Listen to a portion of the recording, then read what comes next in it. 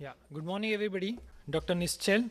I'm a dermatologist. We have Dr. Ronald Resch. He's a plastic surgeon. Good morning, everybody. It's a pleasure to speak to you this morning. It's already in? Yes. Second. He's got it in the syringe already. As you see, the blood has already been drawn, and now we're adding the anticoagulant and putting it in the kit. This is the little reservoir you put on, where your red cells will be trapped. Just turn it up and down a bit, yeah. Very slowly, very slowly. Yeah, that's okay. Then you put it in the machine. Just put it in here, in one of the tubes. Then the counterweight. No, that's the wrong one. It's the wrong one. It's the wrong one, isn't it? That's all right. Okay, sorry. It's program number 1. It's 5 minutes at 1200 G.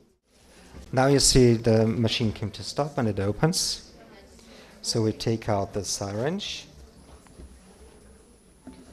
And you see we put in a little more blood than usually, so we have quite a lot of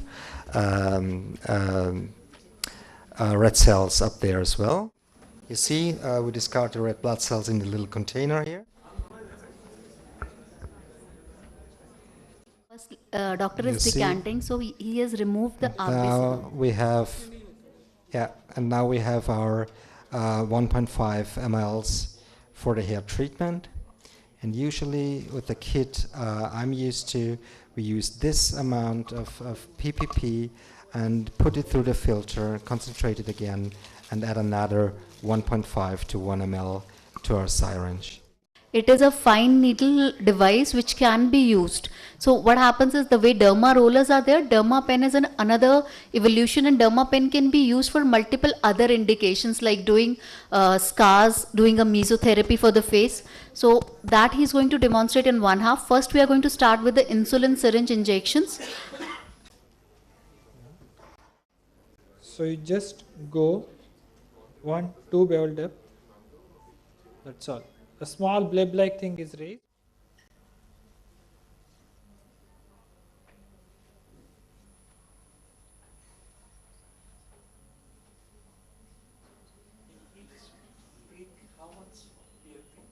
So This 30 is 30 gauge 30 or 30 31 gauge gauge. or 31. You get both.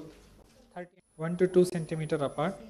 Just see that you are able to cover the entire scalp with the quantity what you have. It is a superficial intradermal injection.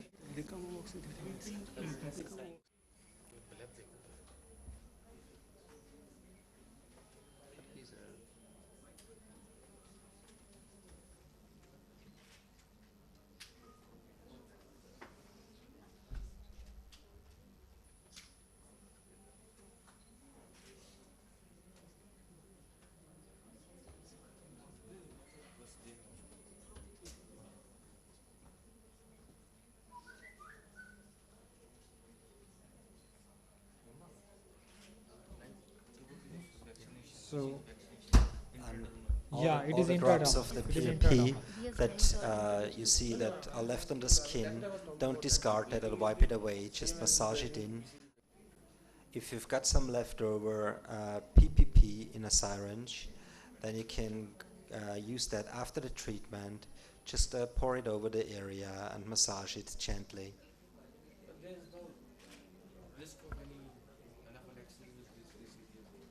No. When we are using for facial rejuvenation or scalp treatments, we are not using anything beyond 3 to 5 ml.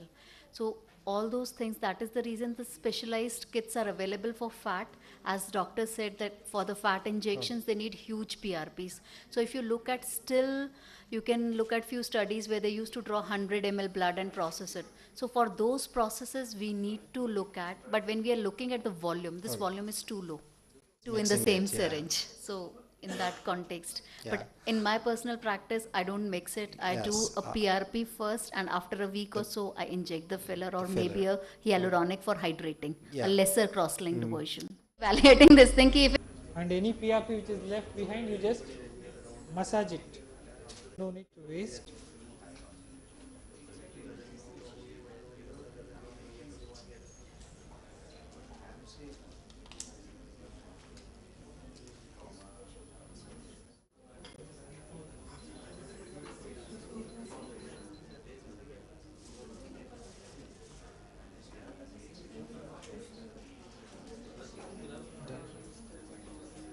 So very superficial you go slow. See, normally when we are looking at 0.2 ml, if you look at for the upper eyelid is sufficient.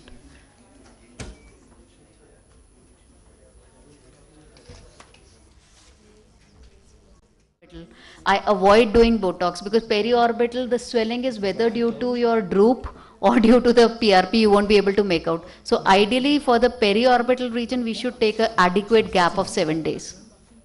So then turn it around.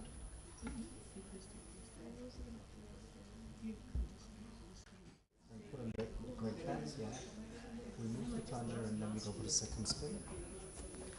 Whenever we injecting PRP, it's usually like the prick is one thing, and second thing is a little bit of discomfort is going to be there.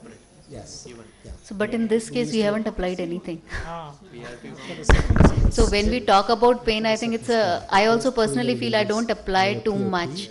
On the hair, I just do with ice, face, yes, topical Prilox or Emla for 15 there, and then there's nothing to worry because it's a reaction to ACD, not to PRP. Yes. And that's the reason when we talk about volumes, we say at a go, if we are injecting 10 to 15 ml of PRP, that is not a concern. But when people were using large volume with fat, then it was a concern. Like they were.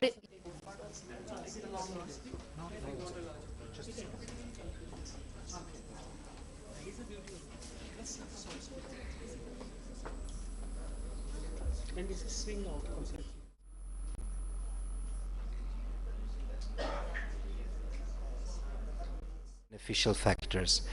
Well, it is not sure how much PRP we should add to the autologous fat. There are some suggestions that say,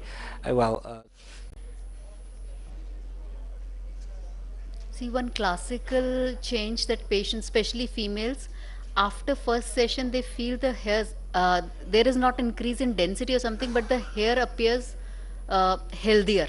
That is one common thing. And anyone who has undergone 3 sessions, so even after straightening procedures and all, the hair shaft, the softening starts happening. So one of our presentations will be showing that the glistening effect on the hair